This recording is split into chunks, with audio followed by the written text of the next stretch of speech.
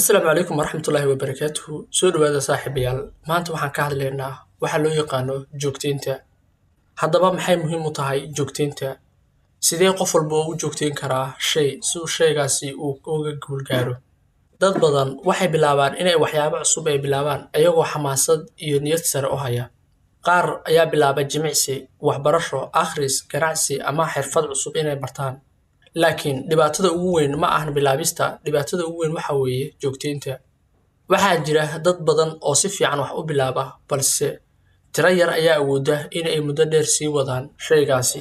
Joogteyntu waa furaha guusha. Qofka wax yar qabta maalin kasta ayaa inta badan ka guuleysta qofka hal mar dadaal badan sameeya kadibna joojiya dadaalkaas. Sidaa darteed, haddii aad rabto in aad gaarto yool kasta, waa inaad barataa sida wax loo joogteeyo. Haddaba, si aad u noqotid qof wax joogteeya kana guul gaara shaygaasi, waxa lagaaga baahan yahay qodobadan. Kow, yeelo ujeeddo cad. Wax kaste oo aad rabto inaad joogteyso waa inay leeyihiin sababo cad. Haddii aadan garanayn sababta aad waxaasi u sameynayso, way fududaanaysaa in aad ka quusato shaygaasi. Tusaale ahaan, haddii aad rabto inaad barato English, ogow sababta aad u baranayso. Haddii aad rabto inaad jimicsi aad samayso, ogow faa'iido aad ka heli doonto. Sidoo kale, haddii aad rabto in aad YouTube ka shaqaysato oo YouTuber aad noqoto, garo hadafkaaga iyo sida aad arrintaas u wajahaysid. Markii ay ujeedadu caddahay, maskaxdu waxay heshaa dhiirigelin joogto ah. Labo, ka bilow wax yar. Qaladka weyn oo dad badani sameeyaan waa in ay si xad-dhaaf ah u bilaabaan shay ayagoo xamaasad ay hayso. Tusaale, halkii aad 5 saacadood wax baran lahayd maalintaada koowaad, ku bilow oo ka dhig maalinkaasi in aad 30 daqiiqo keliya aad wax baratid.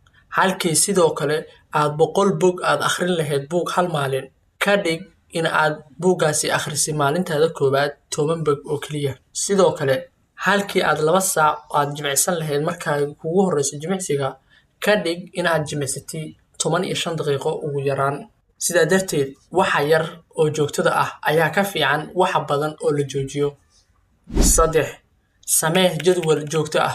Joogteyntu waxa ay noqotaa mid sahlan marka howluhu ay leeyihiin waqti go'an.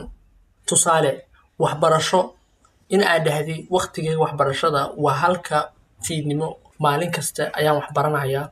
Sidoo kale aad dhahdid waqtigii wax akhriska waa ka hor hurdada.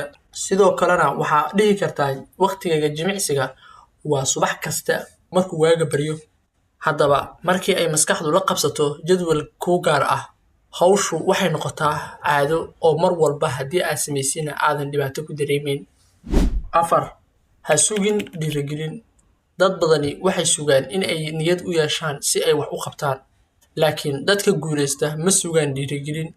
Waa ay shaqeeyaan xitaa marka aysan dareemayn rabitaan iyo in shaygaasi ay qaban karaan. Dhiirigelintu waa wax yimaada marna way tagtaa. Laakiin edbinta nafta ayaa ah midka mar walba kugu riixaya dantaada. Qofka guuleysta wuxuu yiraahdaa, waxaan qabanayaa hawshan sababtoo ah waa waajibkayga, sababtoo ah maantay waan jeclahay ma yiraahdo. Ugu dambeyntii, la soco horumarkaaga.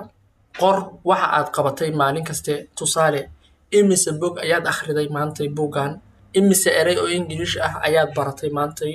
Mar walba muhiimadu waxa weeye wixii aad qabatay in aad meel ku qortid si berri marka aad fiirisay ay kuu noqoto dhiirigelin una ogaatid wixii shalay aad qabatay iyo waxa hadda aad ka bedeli kartid ama aad horumarka aad samayn kartid si aad u ogaatid.